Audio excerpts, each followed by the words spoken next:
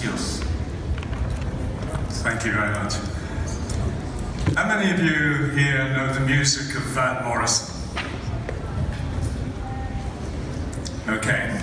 When I was listening to all the presentations this morning about the trends in wellness and well-being, it starts to make you think about what is the real reason why we travel for leisure. And I used to work for Van Morrison, and he has the lyrics in one song, which I think tells us why we travel. And it might be the new definition of well-being travel. He has a wonderful song called Ancient of Days. And in that song he says, "You gave me pictures in the gallery, you gave me novels on the shelf.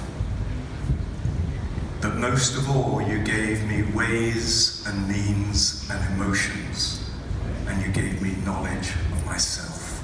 Now I think that's awfully close to where those megatrends that Franz was talking about is taking us.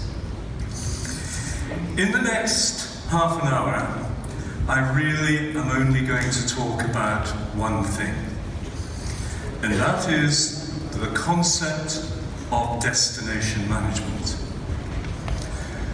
Most of the wellness products you've heard about and you will visit tend to operate as islands. They tend to operate as a hotel, a spa resort, without thinking too closely about the wider destination within which it's located. And I want you throughout my presentation to think of Pareto's law, 80-20. Because your visitor will spend perhaps 20% of their time in your product. They spend 80% of their time in the rest of the destination. So in pursuit of where wellness and spa destinations are going, my challenge to you is think about the wider destination. You are part of an ecosystem of tourism. You are not an island. I don't trade in facts. I trade in stories. And 5 years ago, I was asked by the World Tourism Organization to answer a very simple question. Why do some destinations do better than others? It's that sort of magic ingredient that we're all looking for. So what I'm going to share with you are some of the reasons that we identified as to why some destinations do better than others, and I would like you to think about applying those lessons to the spa and wellness industry. So this is what I'm going to cover in the next half an hour. An agenda that asks the fundamental question, why? Then we're going to look at what, how, and then I'm going to end by suggesting, so what? Where's it going? So why? Why are you in the business you're in? Why are we all working in this wonderful industry called tourism? Well, that's the fundamental question. This is a quote from the national poet of Wales. And you know what a wasp is? No, so lots of books that tell me about the wasp, but not why it exists. So why? Why do we exist? Well, that's why we exist. We exist to deliver wonderful, great experiences for our guests. We want to achieve the bottom graph. That's our job. And you don't achieve it on your own in a destination. You achieve it in collaboration as part of an ecosystem, where your strength is only as good as the next person contributing to my experience. So how do you engage with the destination? How are these great destinations organized and managed? That's what we're going to explore. And the bottom line is the delivery of a happy guest. So maybe we need to start thinking about the economics of visitor happiness. If a guest is happy and satisfied, they tell the world, you know that. But they also put less demands on the public purse. They put less demands upon the ecosystem. So we're about creating recharged optimism and inspiration for our guests. And in getting the destination model right, you are fundamentally reducing the risk of it going wrong. So your spa and your treatments can deliver me 100% quality achievement of my well-being objectives. But if the taxi driver doesn't give me a journey that matches with your experience, then you're at risk of the whole destination being eroded in its overall goals. So I want you to look at this quote and think about some of the words that are in there. So, the fundamental product in tourism is the destination experience. Competition, therefore, is focused at the destination level. It's not in your product alone. For most tourists, the experience which they have, be it leisure or business travelers, is geographically confined. Think about it. Think about when you go on holiday where you spend 80% of your time. It's within a relatively small geographic area. That's a destination. The place that looks after me for 80% of my time, where I'm probably going to get 80% of my pleasure and spend 80% of my money. And that entity, the destination, from a tourism management point of view, has to be managerial. You do not leave destination management to chance. You have to create a vehicle that delivers a managerial approach to the destination as a whole. If you don't, you are at risk within your business, of your business, not achieving its maximum potential. So, destinations are places where people want to be. But just like looking after bees in a hive, they have to be managed. You must manage the destination. And destination management is about delivering this. It's about delivering distinctive, memorable, relevant, consistent, very important, consistent, credible, real, honest, great experiences. Just think about it. There's no longer any good experiences. We only talk of great or bad. So good is not good enough. You have to deliver great experiences. And when you apply the geographic managerial element to this graph, which talks about the whole tourism system, from the anticipation of a holiday, the engagement through booking systems, fulfillment. Fulfillment is at the destination, and that's where the 80% of it all comes into play. 80-20. And I'll come back to 80-20 when I show you the successful business models. These amoeba shapes are beginning to influence the way we think about destinations. At the heart of each amoeba is the tight geographic area. But what we're beginning to see now is destination management organizations who create strategic business areas depending upon markets or seasonality or product. So the geography takes on a different shape depending upon the market and the product you're offering. I'll come back to that. So the message is, think destination.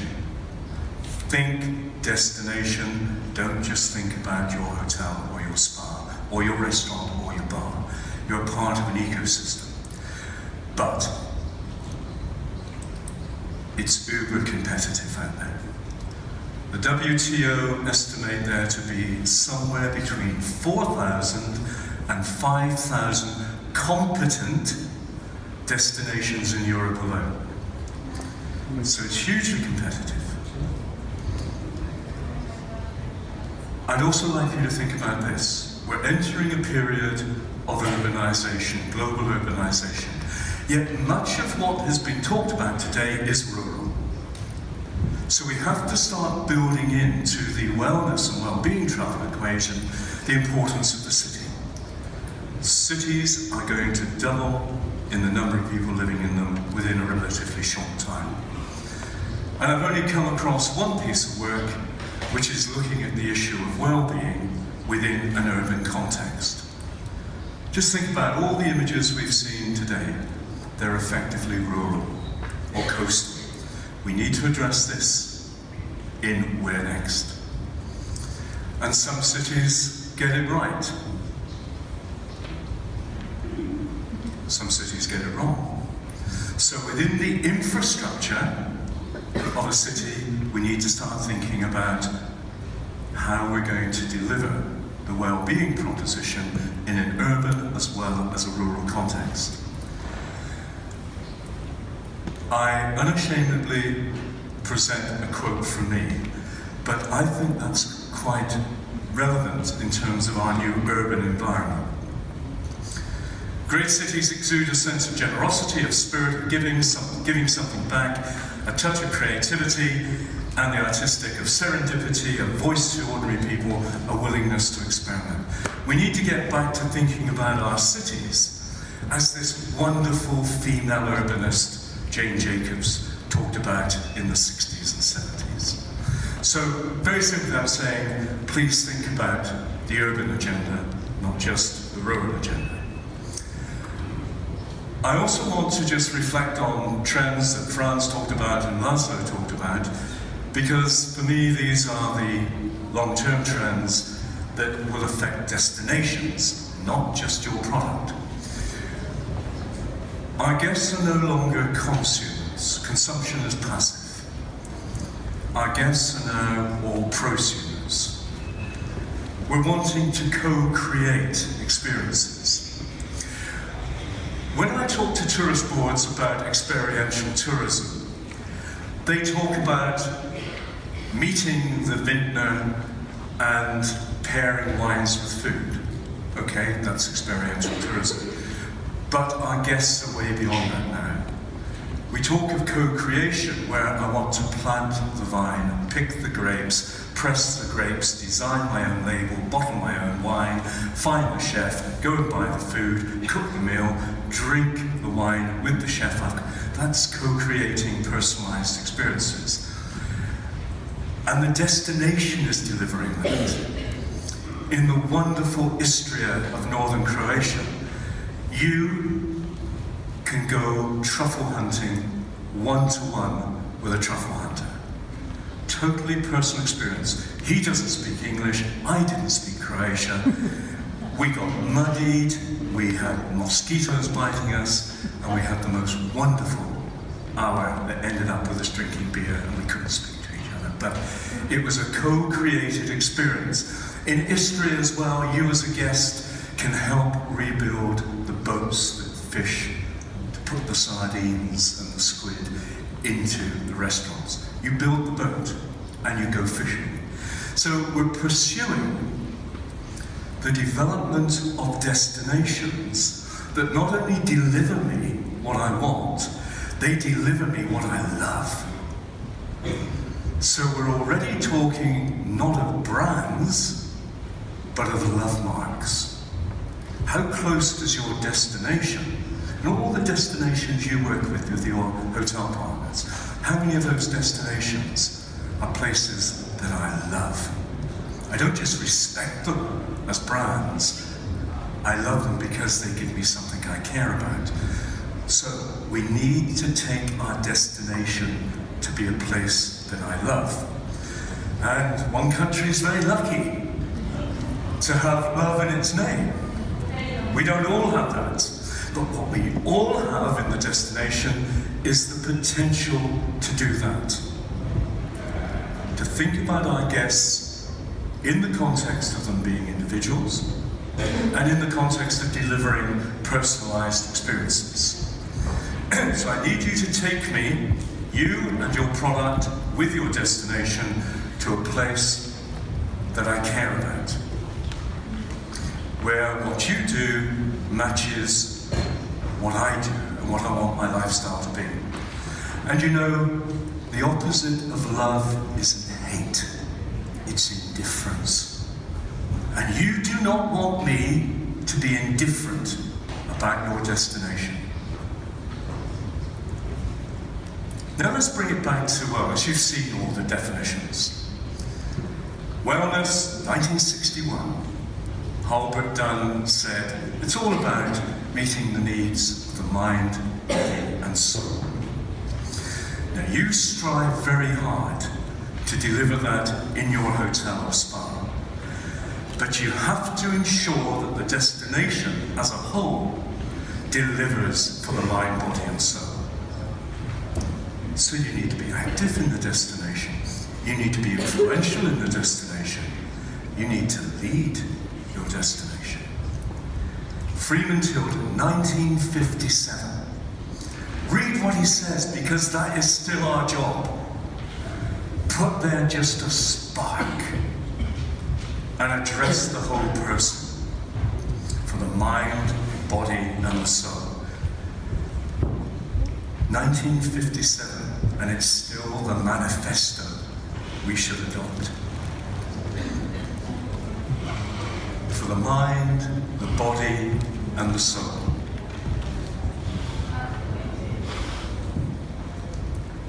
Where our guests are lost in the beauty of the moment. That's why we travel. I want to get lost in the beauty of the moment. For 24 hours a day, for however long I stay in your destination. And you only deliver 20% of that. So mind, this is lovely. Stayed in a hotel, went to the minibar expecting a gin and tonic, and they have that in it. The minibar for the mind, conversation starters, collective thoughts, interesting. And some wellness destinations are fully addressing mind, body, and soul. So look, when you go back to your destinations, do a checklist.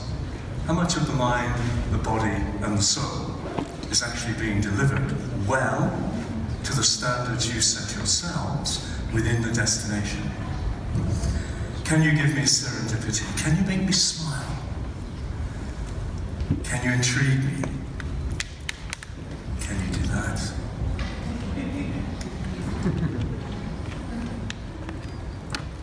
Can you deliver me the local? Can you deliver me my grandmother's recipe? Can you thrill me?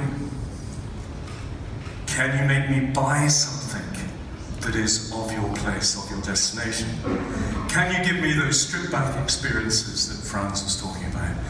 The smell of the wildflowers. These are on trend. This is those moments of beauty within the destination.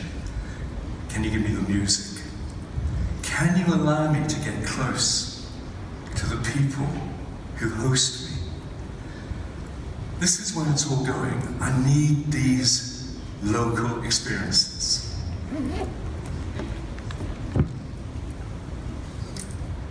And I think we're entering a period where you can forget segmentation. There's fluidity in the markets. You look at me and you see an old man who might travel for golf or sport. I actually do that, but I will also travel with a 6-year-old grandson to go and watch a soccer match. I travel with 8 friends to go walking. So I'm a spider. I've got a web of activity. I live a spider life. You can't segment me anymore.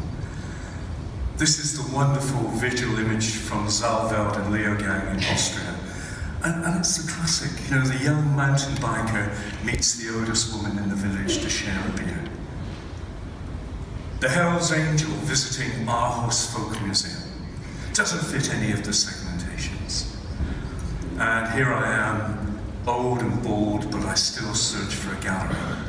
And I'm searching for a graffiti gallery. So forget segmentation. So let's summarize this first bit. It's a dynamic marketplace. It's very competitive. The competition's always got more, which means you have to work with your partners in the destination. Your destinations have to be smarter, more focused, more market-centric, more innovative, and crucially, better managed. That's the thesis. So how do you achieve those goals? Which is what? Well, let's start with the obvious.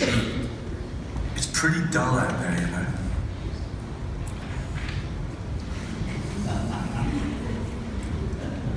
We're drowning in a sea of sameness. Walk the floors, see how much similar product there is out there. But that's what we remember. Quote that to yourself every day. And you don't achieve that by being dull. So rule one for the destination is you've got to have a great product.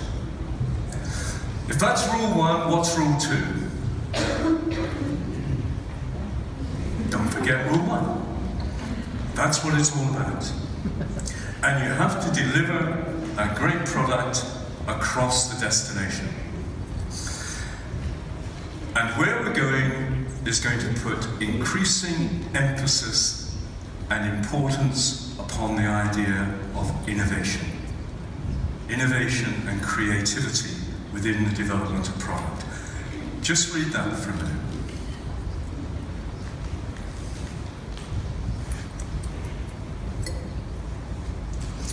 Hybrid solutions created by hybrid thinkers. How often do you step out of your comfort zone and invite somebody from a different discipline to come and help you deliver something different? So, next 5 minutes, open your minds. You know how old I am by the music I quote, you know. Okay? The human mind is like a parachute, it only works when it's open. So, open your minds. We thought you could only play a guitar with your fingers until Hendrix came along, okay? So, where in the destination equation does art really feature? So the Guggenheim in Bilbao, £95 million cost, 500,000 visitors. Just along the coast in San Sebastian, the Comb of the Wind, a sculpture by Chelada, a Basque architect, 2 million visitors a year. Doesn't employ anybody, doesn't charge an entry fee, but it's just wonderfully uplifting. In Abano, Montegrotto, one of the hotels has just built a vertical swimming pool. It's 40 meters deep and it's 10 meters wide. So interesting innovation. Swimming in Copenhagen Harbour, a pop-up beach in the middle of London near Oxford Circus. In Slovenia again, the Salina salt pans now offering a spa. So allowing innovation to permeate the destination. This is England's most famous seaside resort called Blackpool, which was very low value, high volume visitation. Last year transformed, not by a marketeer, not by a tourism planner, but by a comedian working with a man who makes concrete. So the transformation was the comedy carpet, the size of 4 football pitches, 1,000 of the funniest jokes ever told in England. Some you have to get on your hands and knees to read. It makes people smile, it's clever, it's intelligent, and it's transformational. Because the tourism team in the destination allowed a different discipline to influence them.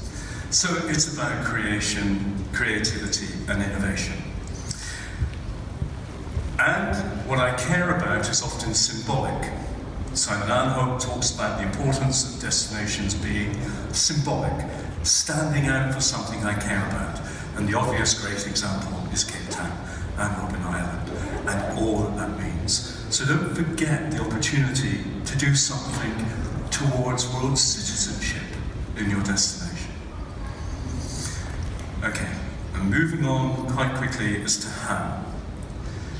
Okay, I apologise it's gone off, but read again this. Look, globalisation has now made it necessary for destinations to stay at the leading edge of new products. Creative entrepreneurs must contribute to the development of destinations. Tourism policies in the destinations must be innovative. And, if you can read it, decentralisation to the destination level is the watchword of the modern tourism industry. So whichever way you look at it, it's about destination. Think destination. We believe in destinations. The power of the destination to ensure your business is successful and to ensure that as a guest, I go away inspired. And here's your destination model. We used to think in this model of attractions, accommodation, and infrastructure. The new model says, what are the drivers and icons of your destination? What makes me go to Baden-Baden as opposed to Stuttgart or somewhere else in the Black Forest? What drives me to your place? If you can identify what is driving people to your destination,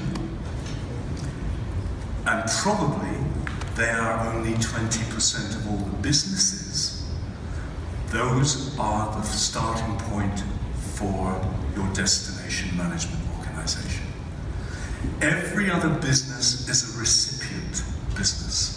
They do well if the drivers and icons are doing well. The drivers and icons do well if the destination is doing well. So it's an ecosystem. Destinations have to have winners, has to have strong leadership, has to have a vision, a strategy, and positioning, it has to have buy-in, it has to have all of these things. Critically, it has to have alignment. So a destination needs a destination management organization, and you must be part of it. Because tourism's like that. You know, tourism's made up of all these micro businesses, all contributing to my experience. But in most destinations, the industry looks like that. All these pieces, and nobody knows what the picture on the outside of the box really looks like. So nobody knows how to put it together. Destination management is about doing that. Bringing them all together, alignment of policies, resources and assets in a common direction. There's my time there. Okay. So the power of a destination is what will drive tourism over the next 25 years. And the power of the destination is vested in a strong destination management organization.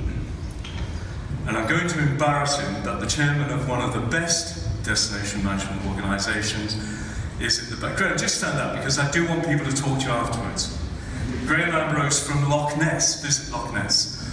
But please go, he's not a monster. Please go and speak to him afterwards.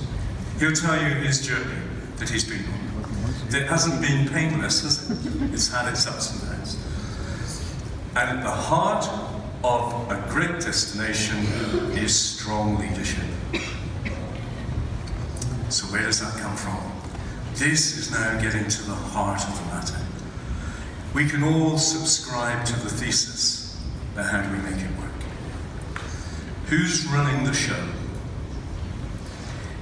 In the city I live, the person running the show is an old man, nothing wrong with that, it's an old man with a guest house with 2 bedrooms, with time on his hands and a big mouth. That's not who you want to run a destination. You want somebody with vision, somebody who can take people with them, somebody like Graham Ambrose who can talk across the community and is respected across the community. So who's running the show? Go back and ask the question, is it the security guard or is it the main actor? Please go back to each of your destinations and say, from a destination point of view, who's running the show? Who will run the show in the future? Who's going to lead us to this new approach? Well, as you travel the halls, as you step outside of these doors, here are some of the people you need to go and talk to. Manfred Gruber, Linz Tourism. Fabulous DMO, fabulous leader, not-for-profit company, limited by guarantee with community intent, with community interest. All of the successful destinations we looked at, from Croatia, through Slovenia, through Switzerland, through France, to British Columbia, all had destination management organizations that were not-for-profit companies, with a board of directors with a skill set necessary to run a business, not because they owned a hotel, or because they owned a zoo, or because they owned a pub. If tourism is worth €500 million to your destination, you've got to organize to be able to run it like a business. That's why these destinations were successful. So go to Linz Tourism, Hall 17, and search out Manfred Gruber, talk to him. How did you do it? How are you doing it? Find Park City in the US area and ask to speak to Dana Williams, the mayor, or Miles Raderman, his head of PR. That's them in day-to-day clothes. Why don't you wear a suit, Dana? Because we're a tourism destination. So the mayor wears shorts and a t-shirt. We know which side our bread's buttered. Go to Zaalveld and Leogang. In fact, you could probably go to most of the Austrian destinations. They've got it right. Go to Zaalveld and Leogang. Here's the team running it. Go to Franschhoek, South Africa. Fabulous, small DMO, not-for-profit company, operating in the same way as Park City operates, or indeed Zaalveld and Leogang. So there's something in this model. So the middle model asks for a business-like approach.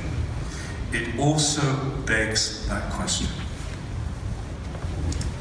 The tourism industry needs hybrid thinkers and hybrid solutions, but the tourism industry is insufficiently innovative or creative to deliver. I totally agree. So, in opening your minds, where are you going to find the new ideas? Well, in Copenhagen, they've solved it. New ideas comes from a beer called the Problem Solver. The University of Copenhagen has proved that you're at your most creative when you are a little bit pissed. So, the Problem Solver beer tells you, are you a man or a woman, what's your body weight, and then it tells you how much of the beer you have to drink to be most creative. But maybe it's about talking to strangers. Maybe it's allowing those people who you are not comfortable with being able to influence you. The urban disruptives. This is the guy who did the comedy carpet. He's uncomfortable to be with. He's got Tourette's. He swears all the time. But my goodness, he's innovative and inventive and creative. Allow him in. Interesting things happen when you allow different disciplines to collide. Patrick Guel-Torrent, Deputy Director of Tourism for the Catalan Tourist Board, another fabulously well-organized body. This is the team that delivered the wonderful master plan for tourism in Istria. You can see, without being stereotypical, you can see what they are. Rock musician, sommelier of wine, truffles and olive oil, poet, architect, no accountants, no marketeers, no tourism planner, just quite interesting. Denis Ivosovich, the sommelier, is director of tourism, but he was there because he was a sommelier. So don't be afraid to let new people enter the equation to help your destination achieve its potential. So who's doing it well? Destinations that inspire. Wellness destinations that inspire me. I can only give you my opinion. Well, Bregenz, Austria again. Bregenz and Bregenzer Wald. Gain Hall 17. Wonderful approach. Nature meets contemporary art and design. Montreux-Vevey. Montreux Destination Management Organization had as its director a wonderful man called Harry John. And I said to Harry John one day, I said, cut the crap, cut the facts, tell me why it works. He said, it's easy. Destination management is easy. 3 rules. Rule 1, you don't allow anybody in the organization to have an eye disease. I said, what do you mean? He said, I do it like this, I did it like that. You don't allow anybody to have an eye disease. You don't allow anybody to speak about the past. And you don't allow anybody who doesn't think like a 30-year-old. You can be 80 or 90, but you must think like a younger person. So that's quite interesting. Loch Ness and the Great Glen. Fabulous. What effectively a small rural community can do by working together, Graham. Absolute collaboration. Franschhoek, again, inspirational. And from a city point of view, the Danish city of Aarhus. And maybe Baden-Baden. But certainly, Le Massif. The guys behind Cirque du Soleil have just bought a mountain. So watch what Le Massif as a destination is going to be doing. Okay, nearly there. 2 or 3 minutes. So we've looked at why. The why is about giving your guest the most wonderful experience. The how is all about being innovative and creative and being organized. The what is applying those new rules about innovation to the tourism industry to create those great products. Rule 1, have a great product. Rule 2, don't forget rule 1. So what next? Well, the obvious. Don't wait. These trends are with you. Franz showed that wonderful graph where you've got the gap growing between where the product is and where the markets are. So don't wait. You need to decide if you're going to hang your future on the hook of destination management rather than continuing to go your own way.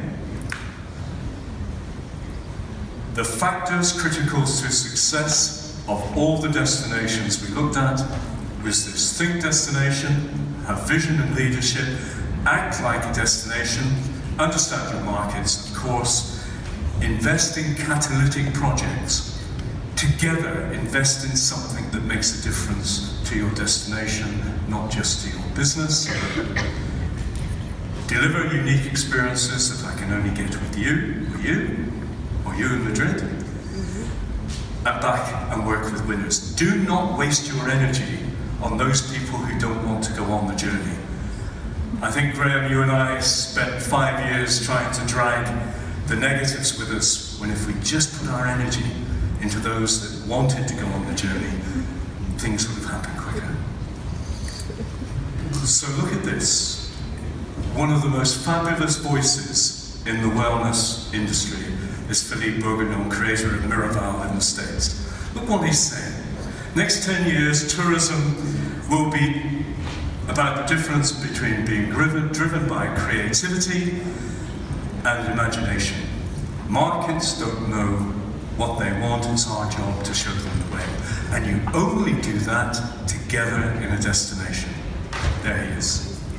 So, last 3 slides. My challenge to you is the challenge that Klaus Sendlinger Design Hotels. Go and visit design hotels. They're in the hotel section of the show.